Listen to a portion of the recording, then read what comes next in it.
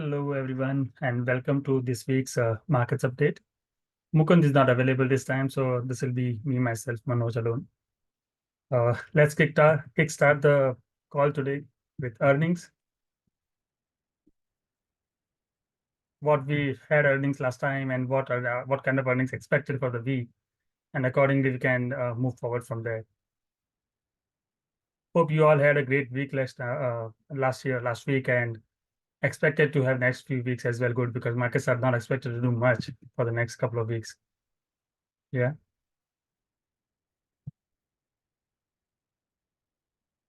Okay. So we had Oracle last week. Oracle reported its earning on Monday. It was a good earnings, but slowing cloud growth is why the stock actually tanked from where it was on Friday. Stock went down, closed down by 12% and breaking down of a key trend line support. And all through the week, it couldn't even try to cross past the resistance line, which means whatever we saw in the earnings, probably it will be a hangover for the next few days and few weeks and up to next quarter. So don't expect much from the stock. Expect the stock to dilly-dally or maybe around, move around these lines until something quality is expected from the cloud growth in the next quarter. We also had Adobe. Adobe reported another good numbers, but the stock tanked again because of poor forecast for the next year. 2024, Adobe is not expected to do good. That's what their management said. What happened? Stock tanked by nearly 6% on Thursday. We also had, after Adobe, we had Costco reported traffic numbers. Stock zoomed up and closed by 4% on Friday. And then we had Jabil. Jabil also reported one of the terrific numbers. Stock moved up, gapped up, continued to open, closed up in the 13% range. Next day, it hardly moved up. So that's from the earnings point of view that we had from the coming past week. There were many other earnings, but these were the key stocks that we were tracking. Next week as well, we have quite a few earnings, but we are tracking Accenture, which is expected to report 3.14 in terms of EPS and over 16 billion in revenue. After Accenture, we have Nike. Nike expected to report 13 billion in revenue and 83 cents in earnings. And we have Micron. Micron expected to report 4.5 billion in revenue and $1.1 negative profit, which means loss. In terms of past few quarters, every time the stock reported earnings, the stock has not been doing much. If you see one quarter up, another quarter down, one quarter up, another quarter down. So don't expect much from the stock. If you look at the trend lines, nothing much has happened. Okay, let me just change those trend lines.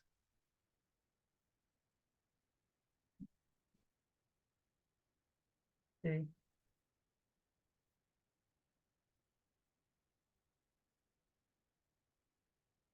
So it was a good, the stock has already, broken out of this ascending triangle. If you remember at least a couple of weeks ago, we had given a call on the stock. And the stock has broken out of ascending triangle, back tested, and then has already rallied. So I would expect the stock to, face resistance somewhere around this 86 zone, which is a supply zone as well. And then by then maybe the stock would have already be reacting to earnings as well, Wednesday's earnings. So we should expect stock to dilly-dally somewhere around there, maybe gap up or maybe, result from at least supply zone and come back down again. We will see how it goes. So earnings is a big catalyst. Moving back to SPY, how the week was and what we expect in the coming week. Okay, what we saw at least 1, 2, 3, 4, 5, 6, 7 consecutive green weeks. How often do we see that? Rarely, I would say, because we have seen in the past. So it has been a kind of a trend whenever markets bottom out from oversold situations. Were we in oversold situation right here around 4,100? Probably not, because oversold was somewhere around last year when we were here. Back then, if we rallied by 7 consecutive weeks, it still made sense. I don't know if it made sense here from the technical perspective, but still from the macro perspective, many things have changed, and that is the reason what we are seeing in the last couple of weeks and at least last 6-7 weeks consecutive rallies. But is it sustainable?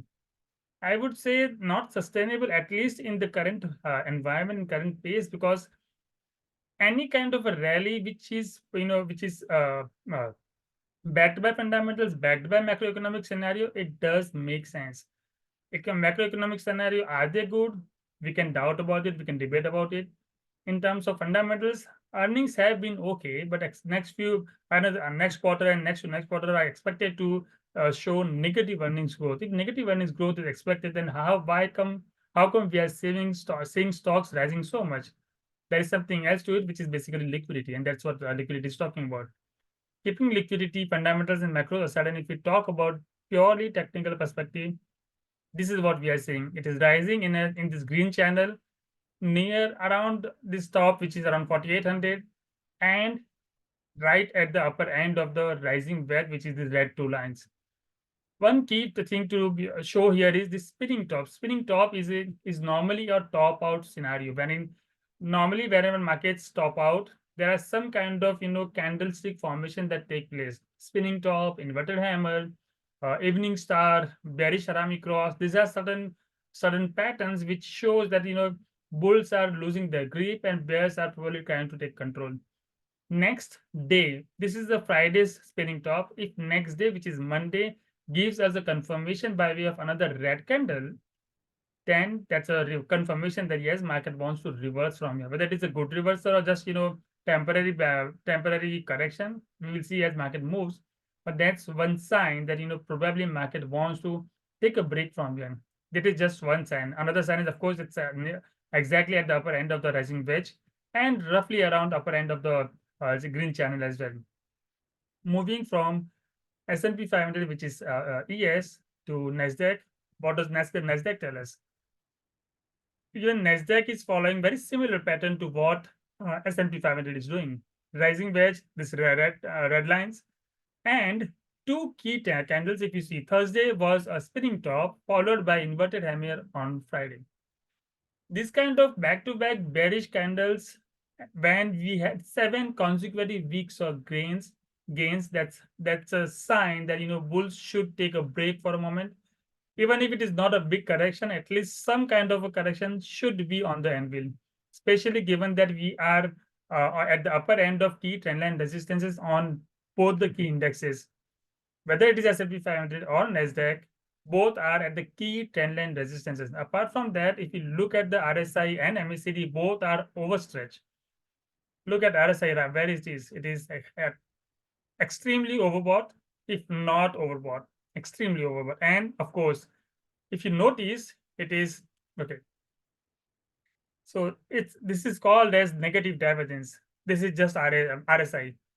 It made a new high, but it couldn't make a new high right here.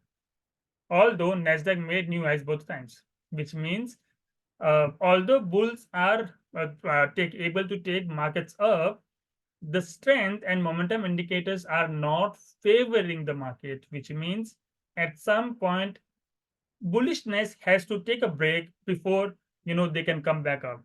Whether it will be for a big or for a big correction or maybe small correction, that's something for the market to decide. But as of now, it does look like market wants to take a small break from here. Although very clearly next 2 weeks are not going to be high volume trade, not going to be very big mover trade as well. So do not expect markets to do much for the next couple of weeks. Even if market breaks down, it won't be a very big breakdown in my opinion. Moving from NASDAQ to Dow Jones, what does Dow Jones tell us? Evening star, okay, which means S&P 500, NASDAQ, and now Dow Jones. But on top of that, Dow Jones has been the leader in this entire rally, starting from July this year to again when we rallied again this month. This is a couple of 6-7 weeks, which means if we see similar patterns, all the indices, be very careful. I wouldn't want to be bearish here because markets are talking something else as well. So even if not bearish, then I definitely do not want to be bullish. It is okay to miss those 2 to 5% of your trade, of your profits, but it is not okay to lose out the capital or the profit that you have made. So in my opinion, I would actually be booking out of my longs if I had, especially given that RSI and MSI.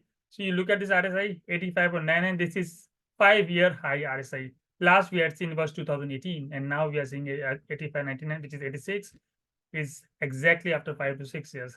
Definitely not a good sign to be long at this point, especially when you are at all-time high on Dow Jones, all-time high on NASDAQ, and almost close to all-time high on S&P 500 as well. So please watch, please be careful, and do not hold longs. I would actually be looking to book out of my longs if I had any.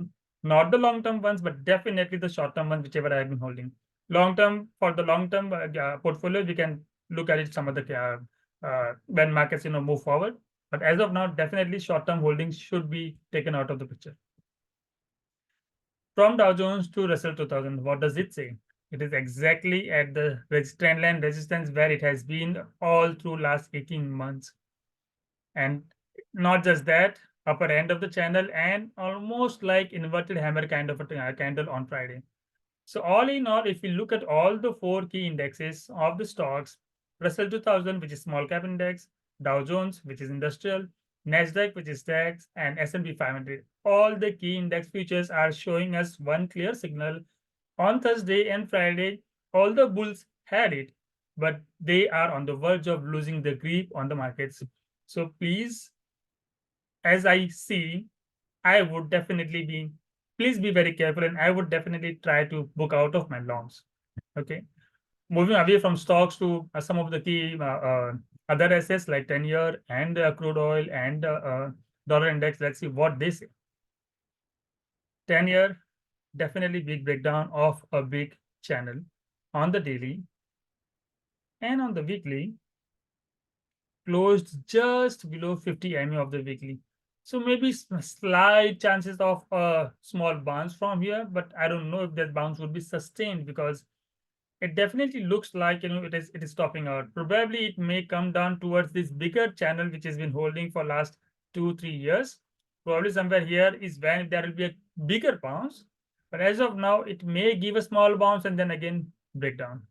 So 10-year yield definitely is headed towards 3 odd percentage maybe in the next 2 to 3 months, but as of now it doesn't look to be going towards 5% again, unless this channel wants to expand, which doesn't look like the case as of now. If I expand this channel,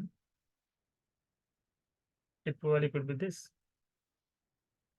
If that happens, probably maybe 5.25%, 5.35% could be a scenario. Again, this is just a hypothetical scenario. As of now, our technicals do not suggest that's the case. As of now, our technical suggests it has broken down. If this bounces and sustains the bounce, then we will have to change the scenario and change our technical parameters all across. Moving from time across to dollar index. Another breakdown.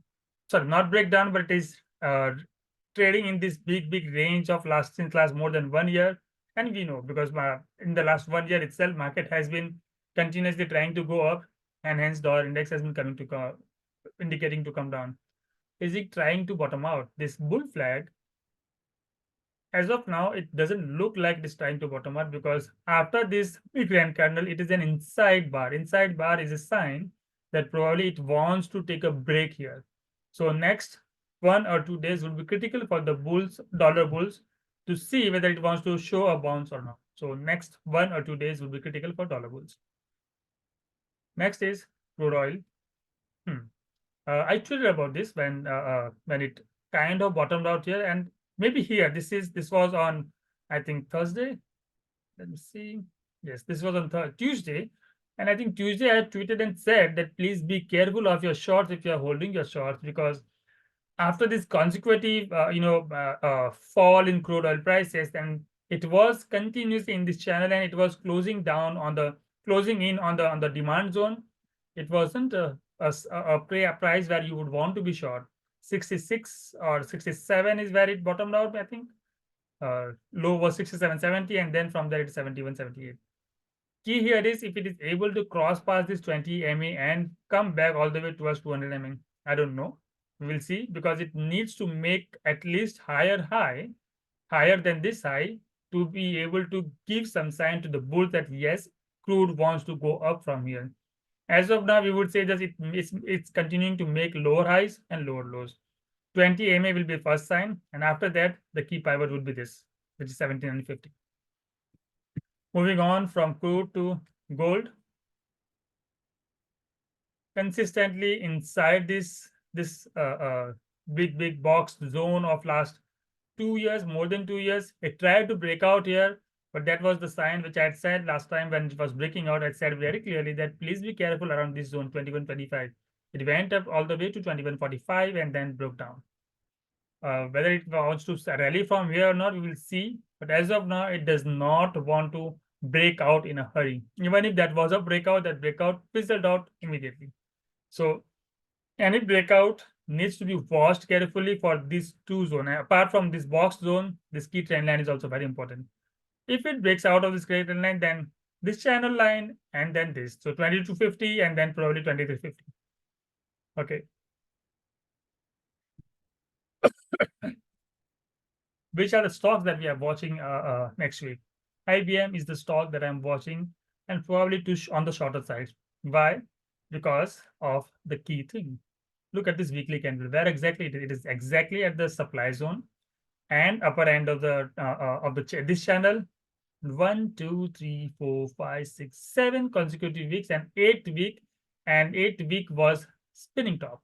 Again, another spinning top at the top of key resistances, top of supply zone. That's the place that you know you want to get out. My first sign to say that whether it wants to go down further would be break. Okay, so you look at these two candles as well. Evening star, and then Gravestone Doji. Two key candles on the daily. Absolutely sign for me to start shorting the stock if it closes on red on Monday. So Monday, if the stock closes in red, I will definitely go on and short it. And my actual target should be somewhere around here, maybe around 149-ish, which is like at least 10% from here. Whether it goes down all the way there or not, that's something for the markets to see. So even if I would go short, I would not be very big because next 2 weeks is thinly traded market. So I would not be very big on my short. That's it for the day, folks. If you liked our video, please subscribe, please like. We really love your comments. We really love your participation. Thank you from Mukund, and thank you for me, and thank you for sharing your video wide across. Thank you. See you next time.